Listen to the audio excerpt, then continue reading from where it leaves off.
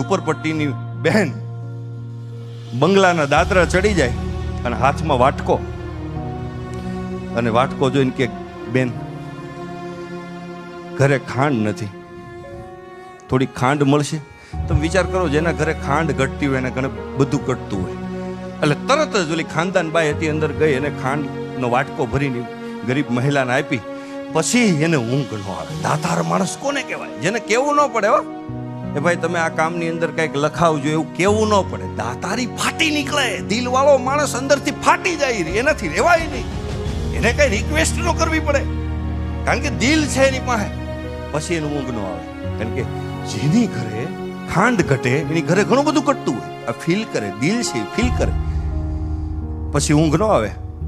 એને એમ થયું કાલ પાછું કંઈક માગવા આવશે, કાલ પાછું કંઈક માગવા આવશે, કંઈક. પણ પેલી ગરીબ બાઈ માગવાનો હોય. પછી તો સાહેબ રહેવાનું નહીં. મુંબઈની બજારમાં એ કરોડપતિની મહિલા નીકળી ગરીબ બેનને ગોતવા માટે. ક્યાં ગઈ? ડગલા માંડે છે, ઝુંપડપટ્ટીની અંદર ઘૂસે છે. ગરીબ બેન રાજી થઈ જાય છે, બેન તમે. પણ મહત્વની વસ્તુ, મુદ્દાની વસ્તુ, એ કરોડપતિ બાઈની હાથમાં એક વાટકો હતો. અને વાટકો જઈ અને ગરીબ મહિલા હતી એને એમ કીધું કે બેન તારી ઘરે મીઠું છે? એ કે હા છે ને. તો એક વાટકો ભરી દે ને, મારા ઘરે નથી.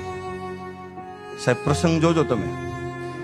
એ મીઠાનો વાટકો લઈ અને પોતાના બંગલાના દાદરા ચડે છે. હિંડોલા ઉપર એનો ધણી બેઠો છે. એ જોવે છે, હાથમાં વાટકો જઈ ધણી ટકોર કરે છે. એટલે તમારો સ્વભાવ સુધરો નહીં.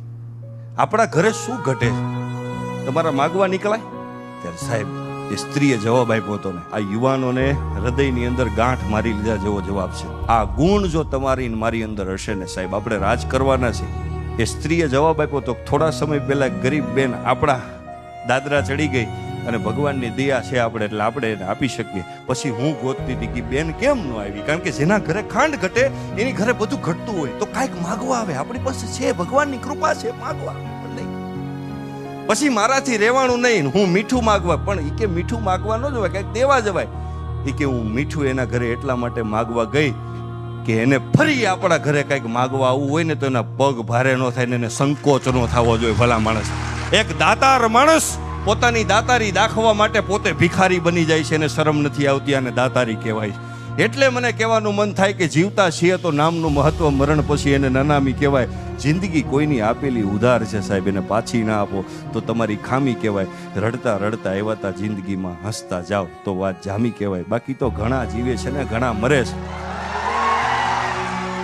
ઘણા જીવે છે ને ઘણા મરે છે. એ બધી ગુલામી કહેવાય. આવા સમાજ માટે ક્યાંક શહીદ થાવ ને એનું નામ સલામી કહેવાય. ભલામણ કોક આવ્યા અને કોક ગયા, અને વચ્ચે કંઈક જે કરતા ગયા એને જગત યાદ કરે છે.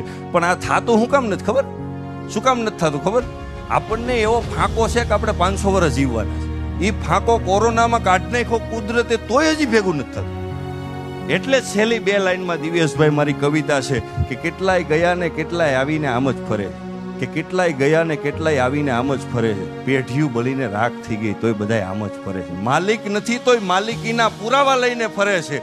ઓઢણું ઈશ્વરનું ઓઢીને પોતે જ ઈશ્વર થઈને ફરે છે. કેટલું સરસ નાટક માણસ કરે છે તો ઈશ્વર એને રોજ માફ કરે છે ને રોજ પ્રેમ કરે છે. રોજ માફ કરે છે ને રોજ પ્રેમ.